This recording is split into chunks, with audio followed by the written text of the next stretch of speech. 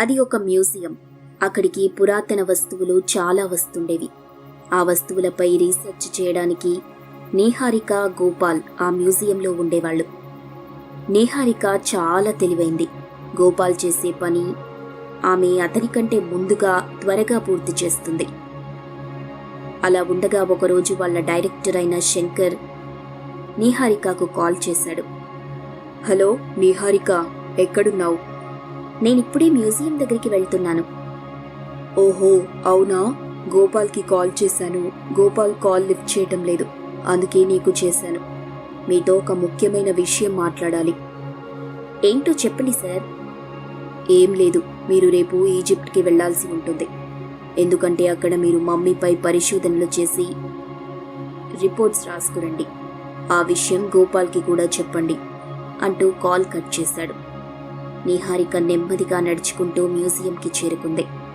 అక్కడ గోపాల్తో, గోపాల్, శంకర్ సార్ నీకు ఫోన్ చేశారట. నువ్వు ఫోన్ లిఫ్ట్ చేయలేదు.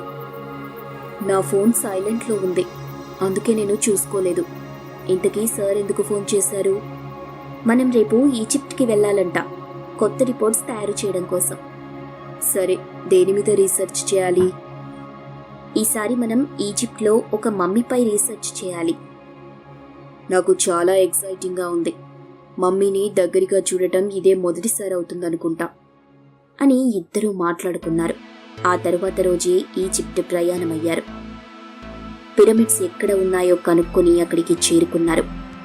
అక్కడ లోపల అంతా చీకటిగా ఉంది. వాళ్ళిద్దరూ అలా నడుచుకుంటూ వెళ్తుండగా వాళ్ళకి ఒక శవపేటిక కనిపించింది. అప్పుడు గోపాల్ అది చూసి నిహారికతో, ఇది చూడటానికి చాలా చక్కగా ఉంది. ఈ శవపేటిక ఏంటి? ఒకసారి తెరిచి చూస్తే సరి. వద్దు గోపాల్, ఇక్కడ ఉన్న అన్ని శవపేటికలకి తాళం వేసిలేదు. ఈ ఒక్క శవపేటికకు మాత్రం తాళం వేశారు. మనకెందుకొచ్చిన గొడవ? దాన్ని తెరవకపోవటమే మంచిది. నిహారిక, నా గురించి నీకు తెలుసుగా. ఏదైనా ఒక రహస్యం గురించి తెలుసుకునేంత వరకు నిద్రపోనని. అయితే సరే, నీ ఇష్టం. నువ్వు తర్వాత ఎలాంటి ప్రమాదం ఎదుర్కొన్నా నాకు సంబంధం లేదు.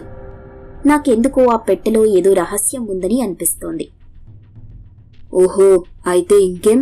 ప్రమాదమైనా రహస్యమైనా నేను కనిపెడతాను అంటూ దాన్ని తెరిచే ప్రయత్నం చేశాడు. నిహారిక నాకేం సంబంధం లేదంటూ తను రిపోర్ట్స్ తయారు చేస్తూ ఉంది. ఇంతలో ఒక్కసారిగా గోపాల్ గట్టిగా అరిచాడు. ఆ అరుపులు విన్న నిహారిక అక్కడికి పరుగు పరుగున వెళ్తుంది. గోపాల్ అక్కడ చనిపోయి కనిపించాడు. ఆ మమ్మీ గోపాల్ని చంపి అక్కడి నుండి వెళ్లిపోయింది. గోపాల్ ఎందుకు చనిపోయాడో ఆమెకు అర్థం కాలేదు. నిహారిక గోపాల్ శవాన్ని చూసి ఎంతో భయంతో పరిగెడుతుండగా ఒక మమ్మీ ఒక్కసారిగా ఆమె ఎదురుగా వచ్చింది. దాన్ని చూసి ఆమె చాలా భయపడిపోయి దాని నుండి తప్పించుకుని ఒక చోట దాక్కుంది. ఆమెకు ఏం చెయ్యాలో అర్థం కాక వాళ్ళ డైరెక్టర్ సార్కి కాల్ చేసి, హలో సార్, సార్ నేను నిహారిక. సార్, మీరు చెప్పిన ఈజిప్ట్కి వచ్చాము. అక్కడ తాళం వేసిన ఒక శవపేటికని గోపాల్ తెరిచాడు. దానిలో ఉన్న మమ్మీ బయటకు వచ్చి అతన్ని చంపేసింది సార్. నేనిప్పుడు ఏం చేయాలో అర్థం కావట్లేదు. అది నన్ను కూడా చంపేస్తుందని నాకు చాలా భయంగా ఉంది సార్.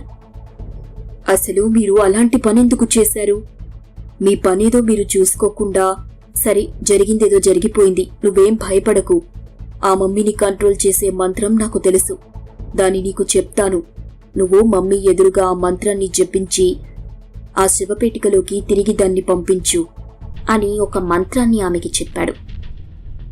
ఆ మంత్రాన్ని మొత్తం విని గుర్తుపెట్టుకుంది నిహారిక. ఇంతలో ఆ మమ్మీ అక్కడికి వచ్చి ఆమెను అలాగే చూస్తూ ఉంది. నిహారిక వెంటనే ఆ మంత్రాన్ని చదవటం మొదలుపెట్టింది. అది అప్పుడు పూర్తిగా నిహారిక కంట్రోల్లో ఉంది.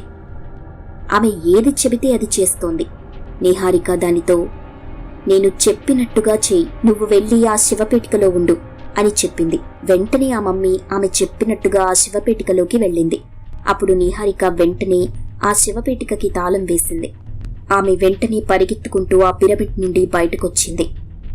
ఆమె చాలా తెలివిగా ఆ మమ్మీ నుండి తప్పించుకుంది. పాపం గోపాల్ మాత్రం ఆ మమ్మీ చేతిలో బలైపోయాడు. అందుకే మనం ఎక్కడికి వెళ్ళినా జాగ్రత్తగా ఉండాలి. అనవసరమైన పనిని చెయ్యకూడదు.